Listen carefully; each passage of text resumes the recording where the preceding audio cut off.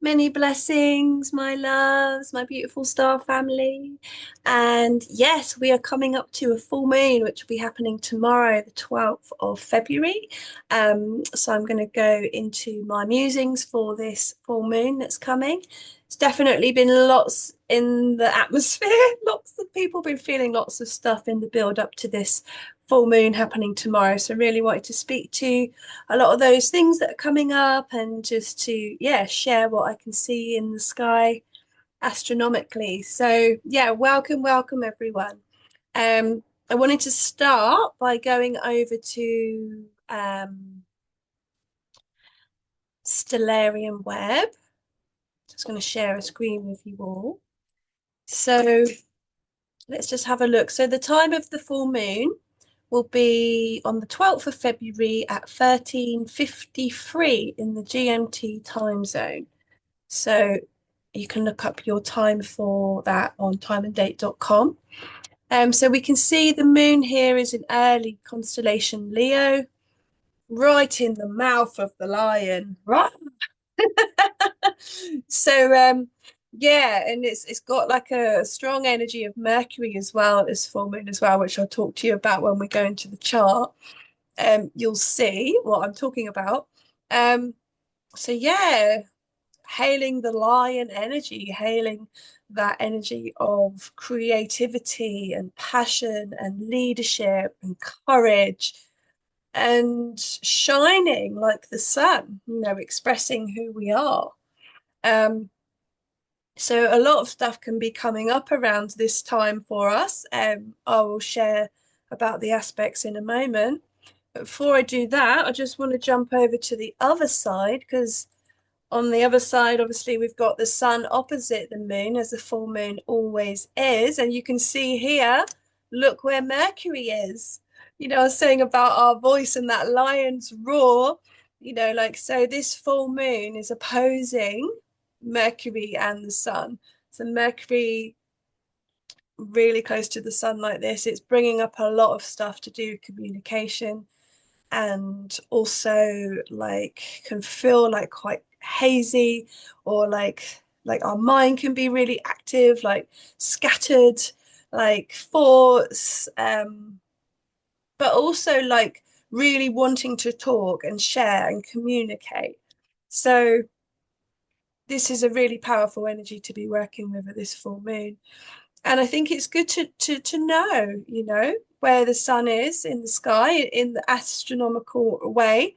So this is constellation Capricornus, the goatfish. So we can see that the sun is right at the end of Capricorn at Deneb Algedi. So Deneb Algedi is the star, it's a Behenian star, one of the fixed stars of the ancients that would be used for alchemy and magic by the wizards and the druids of the old ways, um, to really anchor in the energy of this star. And what this star represents is wisdom and integrity and order and this kind of it's got such a magical energy. I like to think of it as the wizard star, very connected to Merlin and like alchemy and magic of all kinds, so but also a real deep wisdom, when we think about Capricornus and the journey that Capricorn has been on, it's like a journey of the old and the old bones laying down in the earth, and then the ascension of the spirit, the water of our body ascending from our body, just like the goatfish swims. It's like the energy swims up to into the cosmic waters of Aquarius. And so you can see Aquarius has got her arm around Capricornus, and it's like she's beckoning him in. And I always see this is just really trippy, right? I always see a snake along here, like I'm going to talk a bit more about that in a minute as well. So, um, Aquarius, when we're looking at the Sumerian stories and myths, Aquarius is a symbol of Nammu, also known as Nama. And she is at the core of our existence. You know, she is a creation goddess. She's the goddess that represents the Apsu, which is the fresh water that comes from underneath the earth, like the springs, that where all life springs from. She represents the watery abyss that brings all life. She was the mother of Enki, who was her firstborn, and lover of Anu from Maldek. You know, so she, you know, if when you look back in all of the old stories, she really is connected to the creator of the gods. And she is the source, the creative cosmic womb, the eternal river of time.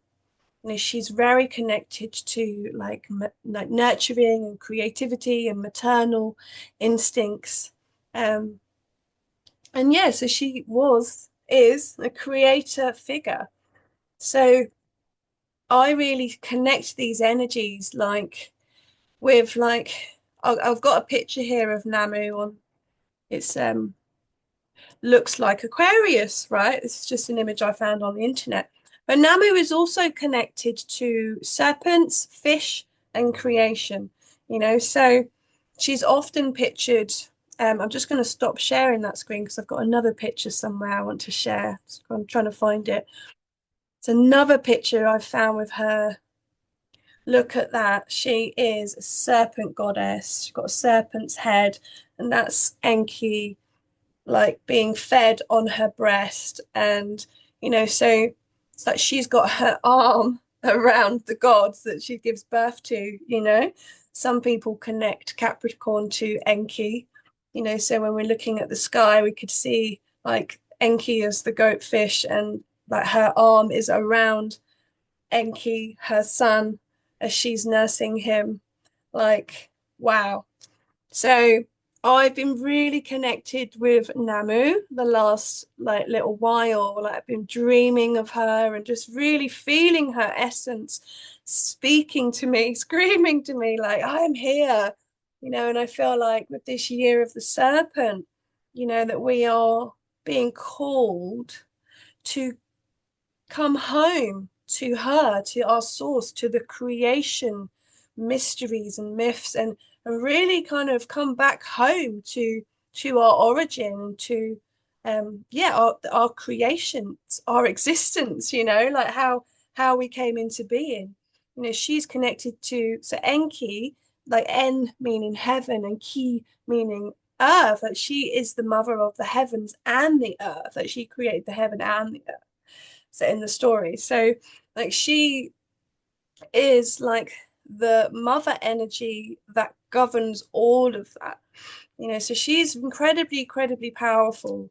And so I feel as the sun, I'm going to stop sharing that one now and go back into the sky with you. So as the sun is journeying into her stars, you know, now she's in the area of the sky where they meet, where Capricornus and Aquarius come together in the sky. So it's like the old being rejuvenated by the new, you know, and Aquarius ruler connected to Uranus is like Uranus brings like revolutions of the new, right? We all know that Uranus is connected to innovation, technology, like lightning bolts of awareness and like breaking out of the old, right? So the great mother Nammu, Aquarius, is the mother of that, you know, of enabling the old Capricorn to die, to then be healed and rejuvenated in the eternal river of time, which she is the holder of. And imagining when the soul is ascending from the old body of Capricorn and rising up, swimming up like the goatfish, and returning to source, to her source, you know, that he then starts again and then goes back into the creative waters of Pisces, you know, starts a new cycle as a baby in a womb, So this is all I feel like a journey of creation, and Saturn moving through her stars as well. Like Saturn is being rejuvenated, by her waters to prepare him to go into the abyss of Pisces and dissolve all of the old structures that are no longer needed. So he's been in this journey of like, yeah, returning home to mother, to lover, to the holy grail and the cosmic womb energy.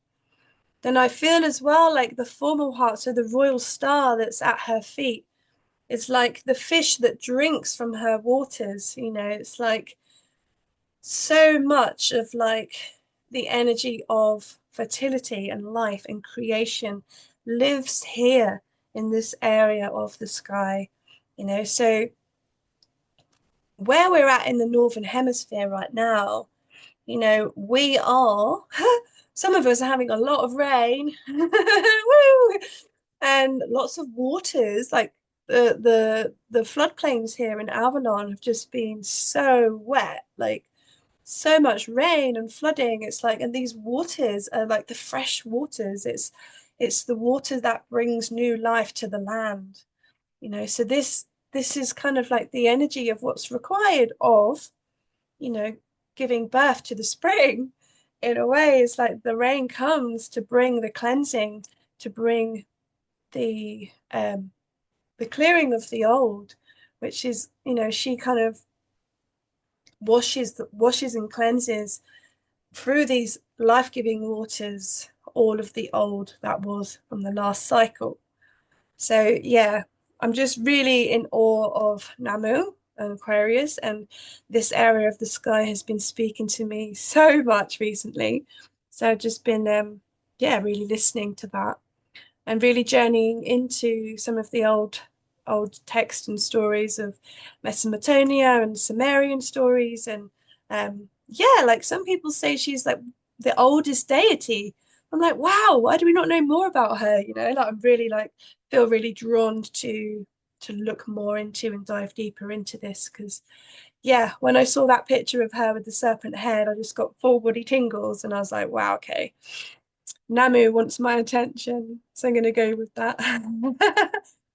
So yeah, we've got Venus in Pisces as well. We've got Jupiter and Uranus in Taurus. Mars is in Gemini. He's going to be going stationing direct by the end of this cycle, I think, just after the first quarter moon. And then yeah, back to our full moon in Leo. So let's jump into the chart and let's see some of the aspects that are going on with this energy so we can see why we might be so triggered. Yesterday, the moon was moving through Cancer and was, well, Gemini and then Cancer, and then there was this kind of opposition to Pluto. And I had a few people messaging me like, what is going on today? I can't stop crying. I think that that's all part of the energy building up to this full moon. So we can see our full moon here, 5 degrees of Leo, the lion, right in early Leo. So in the roar, in the throat of the lion. Opposing, we've got Mercury, Ceres, and the sun. So full moon opposing Mercury, we could be having a lot. So it feels like a quite an argumentative energy. It feels like, yeah, there could be dynamics going on, like we could be feeling quite fiery, quite feisty. Um, Mars has got quite a few interesting aspects as well, considering, next week he's going to be moving forward out of his retrograde. It's like the way that he's aspecting some things at the minute is kind of, I feel like the Mars energy is being quite challenged at the moment.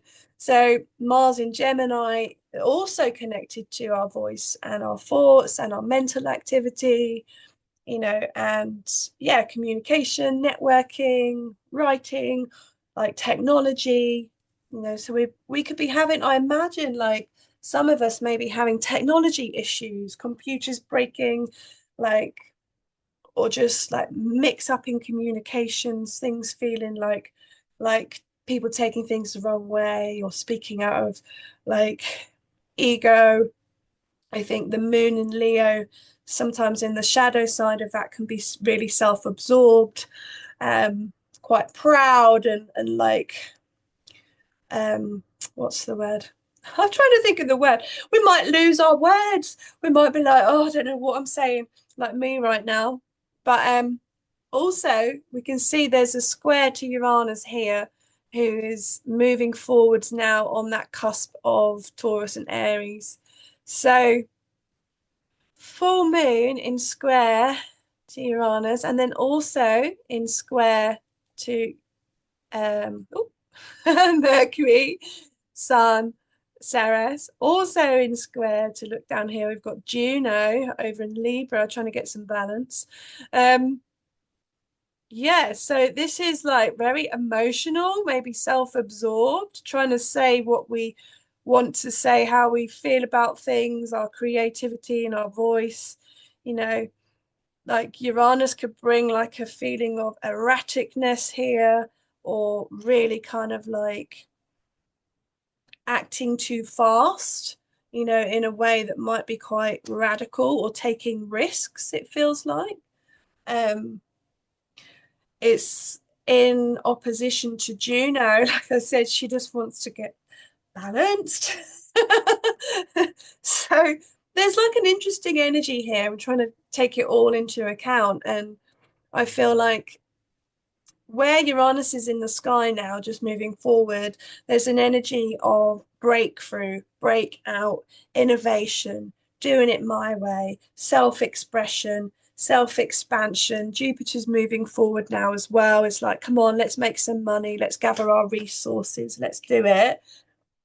And then you've got the energy of that in square to the moon, who's in Leo. So there's a lot of emotions in our creativity, a lot of deep kind of feelings about what we want to create, you know. But with this energy, it could be bringing, like, I feel like some kind of anxiety as well, like franticness or things feeling faster, you know, because Leo is a fire sign, and Uranus in square is on this fire sign. So there's an explosive energy, yeah. And I feel like in opposition to the sun, who is right at the end of Capricorn with Ceres and Mercury at Deneb Algedi, like this is the voice of wisdom. This is the voice of experience, of like saying, well, are you sure that's a good idea? Have you thought it through? Have you made the plans?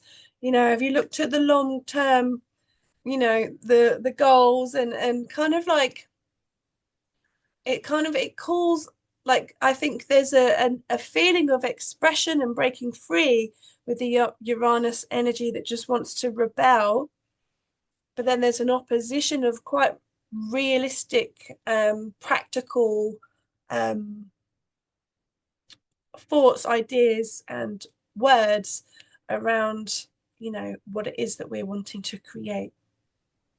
And yeah, Juno in Libra is all about balance, you know, so it's saying, you know, what can I do? What can I do? And what is too much, or what is like what is trying to find that balance of our commitments. Yes, Juno is about commitment, you know, so there could be like this, I feel like this fight or this feistiness around what we want to create, maybe for ourselves, maybe for our self expression and our creativity. And then yeah, and then maybe in square to Juno, there is like a tension between our commitments that we already have, trying to get enough balance or enough space so that we can create what it is our soul wants, our soul lion heart wants to express and sing and shine. And but there's like a balancing needed, you know, with what we're already committed to and the work that we have to do with Capricorn, and the cycles and patterns that we're in with our responsibilities and our work. So it's quite an energy to balance, to be honest. And yeah, so that's making a grand cross aspect. So that is like bringing quite a lot of tension with this full moon. Um, and what else did I want to share about? So I was saying that Mars has got some interesting things going on. So let's just look at Mars. Now we've done that one. Um, so yeah, what is Mars up to? So Mars has got this square to Chiron. Like, ouch. Watch out for accidents, I would say. Just try and go steady. I think with the moon in square to Uranus as well, like things could be quite unpredictable. You know, you want to watch out for car accidents. Don't go too fast. Put your seatbelt on. Like, don't take risks because, like, Mars in square to Chiron could have an accident. Um, or we could be really meeting with some of our wounds, you know, around the doing energy, you know, the energy of getting things done and our kind of active life force, kind of that assertive passion of Mars, you know, to really get out there and do things. But in square to Chiron, there might be some doubts, you know, or some old wounding that's resurfacing, or yeah, just fears coming up, fears of like yeah, fears of not doing it right, or different things that he's been going through in his retrograde, you know, like really having the courage to shine his light, you know. Um, and Chiron is also entwined to the moon. So I feel like there's an energy of when we can find our authentic expression, you know, our own essence, and express that to the world, it brings so much healing to Chiron and Pisces. And that's actually healing for the collective. You know, it's healing for everyone when we are like shining our unique light. You know, we're not trying to be like everyone else. We are our own authentic self. And I feel like so Mars is in trine to Saturn, who's in Aquarius, and making a grand trine. I'm going to draw it over there for you. So we've got Mars coming up to Saturn in that trine. And then, ooh, we're going all the way down here. So we've got Vesta. Black Moon Lilith is quite nearby as well. So this is the cusp of Virgo and Libra. Um, just going to draw it along here a bit more. So this grand trine energy, you know, it's got an element of air to it. And air is like, yeah, it's the voice, it's the expression, isn't it? It's the words, it's the sounds, it's the smells and the wind and all of that kind of like it shares information around, you know. So I feel like there's a challenge for Mars, I think, at the time of this full moon to break out of some of the old wounding of the past that might have limited him from being his true self. As well, you've got um there's a square going on to Pluto, which is coming more from Eris's angle, but these two are quite close together, you know. So I feel like there's a big kind of call into power, into being brave, into like what is required of us in order to step into our authentic self. You know, we may have to break through something. We may have to kind of like feel the fear and do it anyway, kind of thing. And I think this grand trine aspect is like if Mars can find the courage to shine his light and express himself, then, you know, Saturn is there at the top of this, kind of saying, yes, there will be resources here for you. There will be, you know, work here for you. You know, there will be, you know, long-term benefits from this, you know. And Vesta, the asteroid Vesta in Libra, you know, also like bringing balance through our communications, um, with this air energy, you know. So it feels like a lot of words, a lot of speech, a lot of sharing.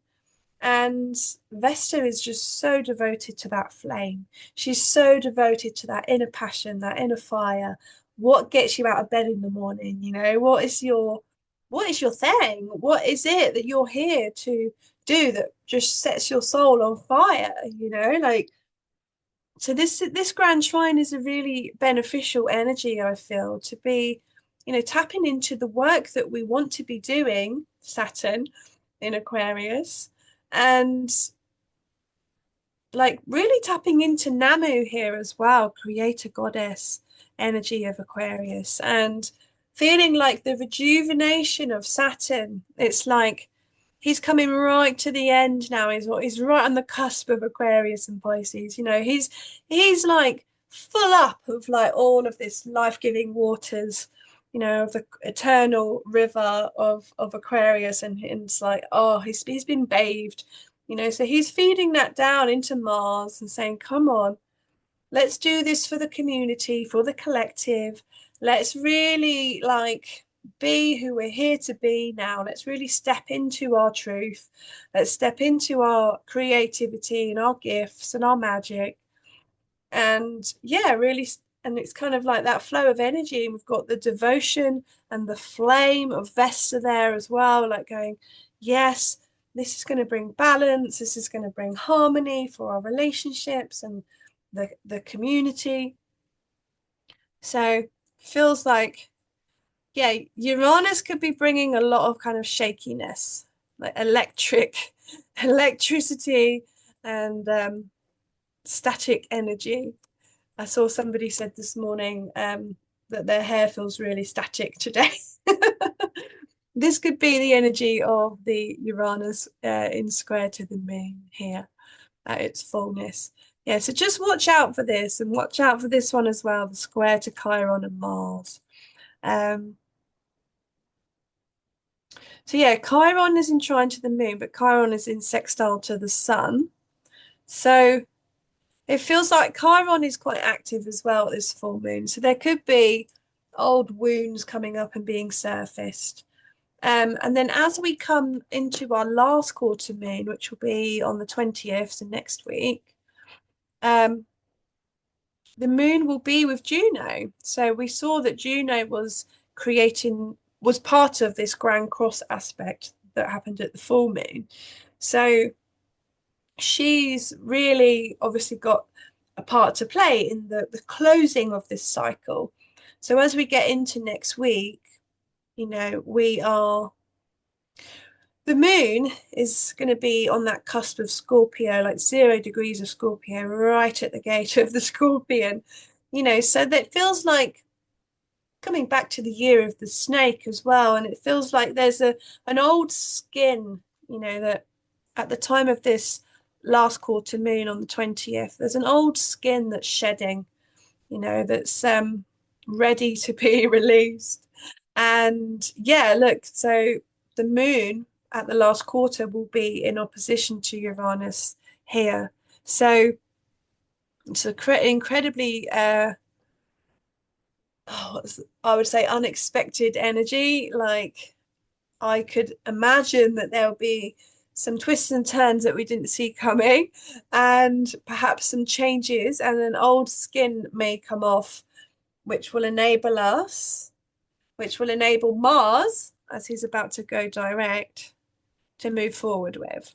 So it's like those of us coming out of the winter now, it's like we're going to put an old skin down and step into the new. So it's like the old snake skin comes off, and then we've got less weight to move forward when Mars starts going direct the day after. So yeah, like expect the unexpected, like go steady out there. Take it easy if you can. And yeah, if there's big emotions coming up, just know that Chiron is really activated this full moon as well, in opposition to Mercury. Lots could be feeling quite mental, quite activated in our brain. Just try if we have any practices for that, you know, just really coming back to the discipline, to the practice, to the meditation or the yoga or the breath work or whatever it is, walking in nature, shaking, dancing, however it is that we regulate ourselves and enable us to calm the mind, because when the moon will be coming over Regulus, the heart of the lion. So we really want to be centering in our heart and allowing our heart to open and expand our creative gifts in the world. And then our soul is so big, so when we are really in our heart and we quiet our mind and our soul essence just comes pouring in, and then we start to walk the path of our soul, which is really what all of our souls came here to do, right? So yes, full moon blessings, everyone. Sending you lots of love, lots of calming energy. I'm going to be having some lemon balm tea tomorrow to help calm me, try to lay off the coffee. And yes, I'll see you all on the other side. Many blessings, so much love. Mwah!